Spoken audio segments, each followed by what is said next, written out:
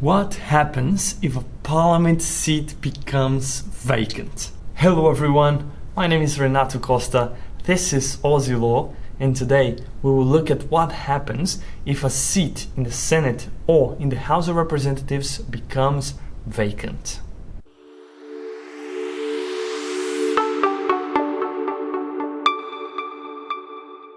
A vacancy occurs when an elected member in either House of Parliament loses their seat. This can happen for a number of reasons, but the most common ones are death and resignation.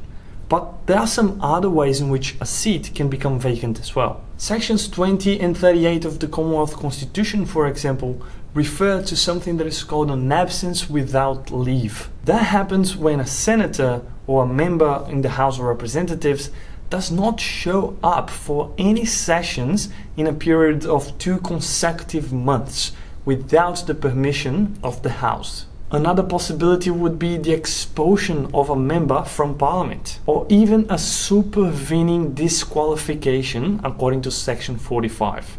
Section 45 basically says that if a member of the House or of the Senate becomes disqualified according to Section 44, then they may lose their seats. We will talk about Section 44 in my next video. So click the like button, subscribe to our channel, hit the bell icon because then you are not going to miss it. Now, you know what vacancy is, but what you may not know is that the Constitution provides 2 different ways that a vacant seat will be filled. It depends on whether the vacancy occurs in the Senate or in the House of Representatives. Let's start with what would happen if the vacancy was in the House of Representatives. According to Section 33 of the Commonwealth Constitution, whenever a vacancy happens in the House of Representatives, the Speaker shall issue his writ for the election of a new member. Or if there's no Speaker or if he's absent from the Commonwealth, the Governor General in Council may issue the writ.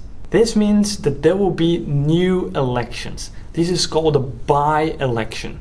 The electors in that particular district from where the MP seat became vacant will vote again and will choose a new representative. As the Constitution says, the Speaker of the House will be responsible for making these by-elections happen. If you want to know more who the Speaker is, check out the video that is appearing on the card above.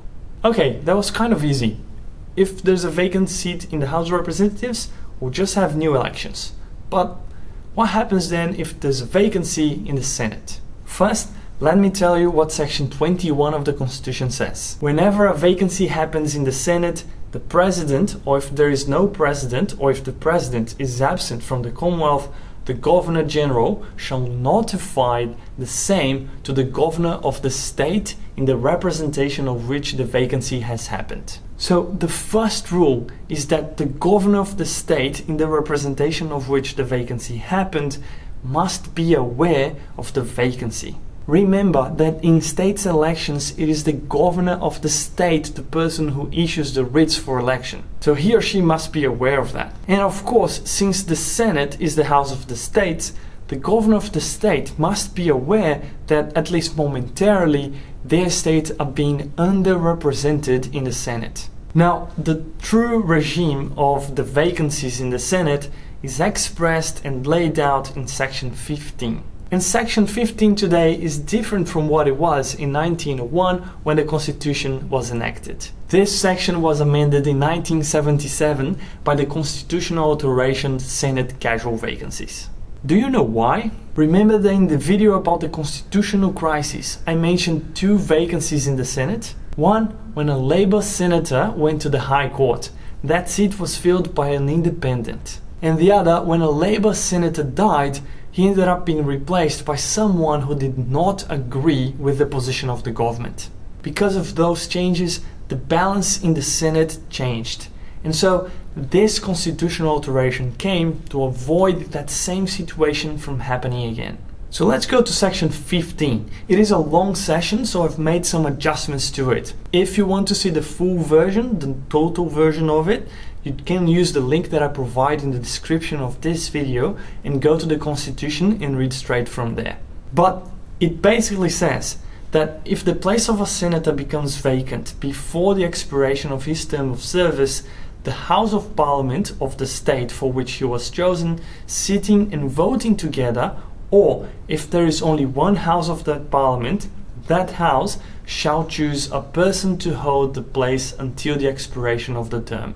But if the parliament of the state is not in session when the vacancy is notified, the governor of the state may appoint a person to hold the place until the expiration of 14 days from the beginning of the next session of the parliament of the state, or the expiration of the term, whichever first happens. Where a vacancy has at any time occurred in the place of a senator chosen by the people of a state who was publicly recognized as being of a particular political party, a person chosen or appointed under this section in consequence of that vacancy shall, unless there's no member of that party available to be chosen or appointed, be a member of that party. So, since 1977, if the Senate seat becomes vacant, it must be filled by someone, a member of the same party that held the possession of that seat before it became vacant. The substitute of the senator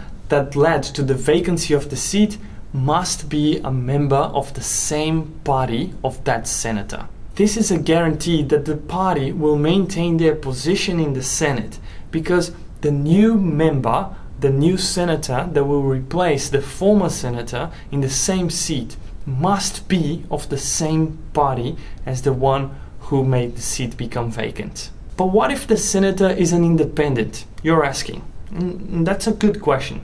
Well, I guess in a question like this, there's no express limit on the choice of the state legislation on who should be the next senator. I guess a convention would dictate that that new senator should have the same ideological background as the senator that left the seat vacant. But again, there's no constitutional rule about that. This, I assume, is just a political convention. But you may also ask, what about the territorial senators? And that's, again, a very good question. The Commonwealth Electoral Act of 1918 has some provisions about that, but they basically follow the same scheme as the Constitution. The Legislative Assembly of the territory will choose the new senator. You should also notice that there's no requirement that the states must choose a particular senator. The states can ask, for example, for a list with a number of candidates, and they can choose from that list. The important thing is that the new senator that will fill up the vacant seat should be of the same party, or at least the same ideological view as the senator that left the seat vacant. I hope you enjoyed learning more about the vacancy in the Senate and in the House of Representatives. If you did, click the like button, subscribe to our channel, and hit the bell icon, because then I'll know that I'll see you again next time. Until then, ciao.